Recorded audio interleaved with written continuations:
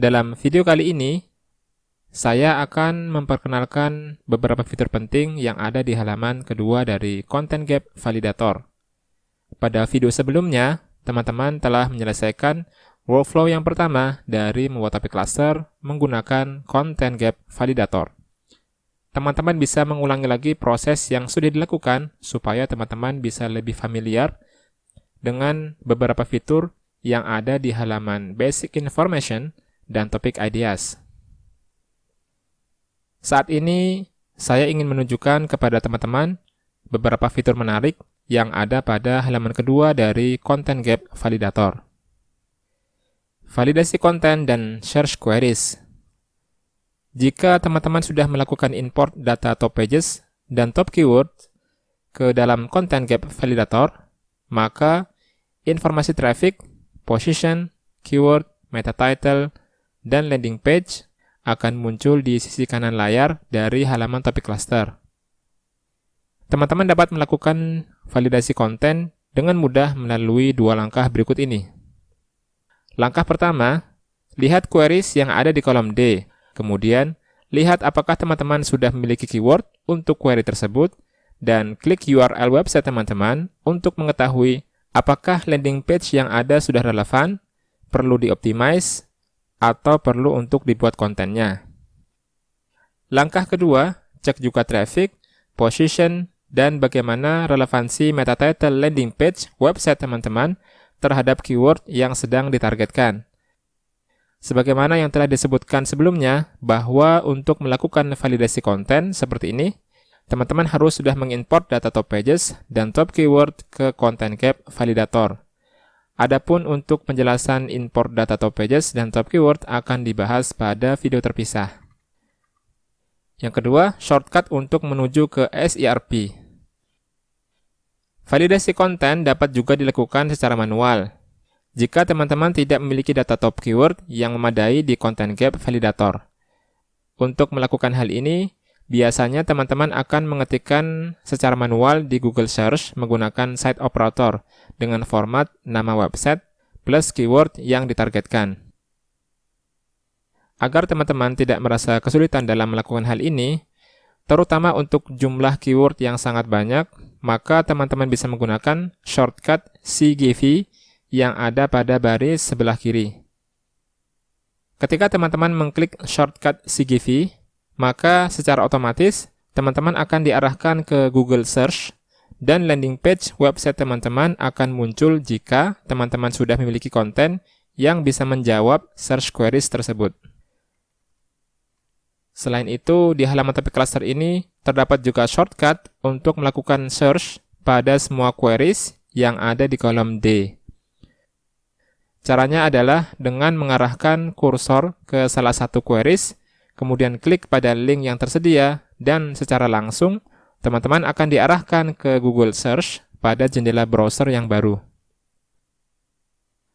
Fitur yang ketiga, melakukan refresh pada layout di topik cluster dengan cepat. In case teman-teman telah menghapus beberapa baris yang ada di halaman topik Ideas, maka akan muncul peringatan warning atau no data pada halaman topik cluster. Untuk mengatasi hal ini, teman-teman perlu untuk melakukan refresh layout yang ada di halaman topik cluster dengan menghapus semua queries yang ada di kolom D. Kemudian klik pada sel D3, tekan copy, lalu klik kanan pada sel D4, dan pilih Paste Special Formula Only.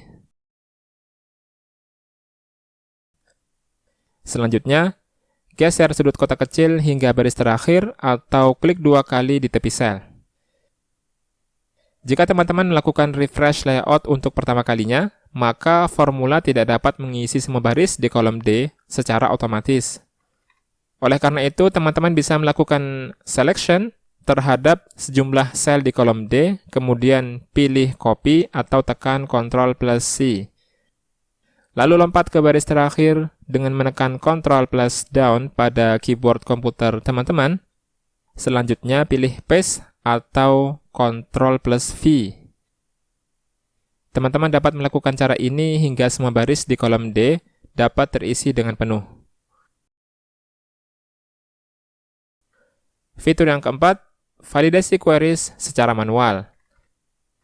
Teman-teman bisa menuliskan secara manual salah satu keyword yang sedang teman-teman targetkan di kolom D. Untuk melihat apakah teman-teman sudah punya landing page yang ranking di SERP untuk keyword tersebut. Caranya, teman-teman bisa langsung saja ketik salah satu keyword yang ingin teman-teman cek secara manual di kolom D. Maka, secara otomatis, formula akan berusaha mencocokkan keyword tersebut jika memang website teman-teman sudah memiliki landing page-nya. Teman-teman bisa mengembalikan layout seperti semula dengan mengklik sel di atasnya, kemudian seret ke bawah pada sudut kotak kecil, atau dengan melakukan refresh layout halaman topik cluster seperti yang telah dijelaskan pada poin sebelumnya. Fitur yang kelima, valid indikator. Saya merekomendasikan teman-teman bahwa jumlah baris yang ada di halaman topik cluster berada di angka yang sama dengan jumlah baris yang ada di halaman topik ideas. Ketika jumlah dari kedua halaman ini tidak sama, maka valid indikator yang ada di bagian atas dari halaman topik cluster akan menunjukkan angka yang direkomendasikan, sesuai dengan jumlah rows yang ada di halaman topik ideas. Fitur ini akan sangat bermanfaat dan dapat menjadi pengingat bagi teman-teman agar menghapus semua baris yang tidak terpakai di bagian bawah dari halaman topik cluster. Serta agar dapat memastikan bahwa semua formula yang ada di seluruh kolom dari halaman topik cluster telah terisi secara penuh dan tidak ada satupun sel yang kosong.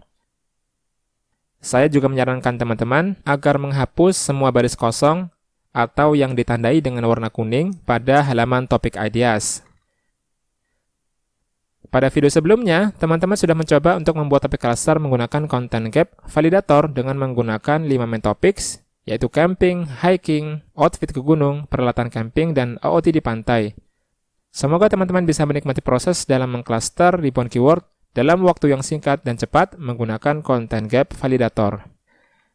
Jika teman-teman merasa semua cluster keyword yang ditampilkan pada halaman topik cluster sudah sesuai dengan yang teman-teman inginkan, maka teman-teman bisa melanjutkan ke workflow yang kedua, yaitu dengan menggunakan file topik cluster validator yang telah saya sediakan. Penjelasan tentang workflow yang kedua ini akan dibahas secara lengkap pada video berikutnya.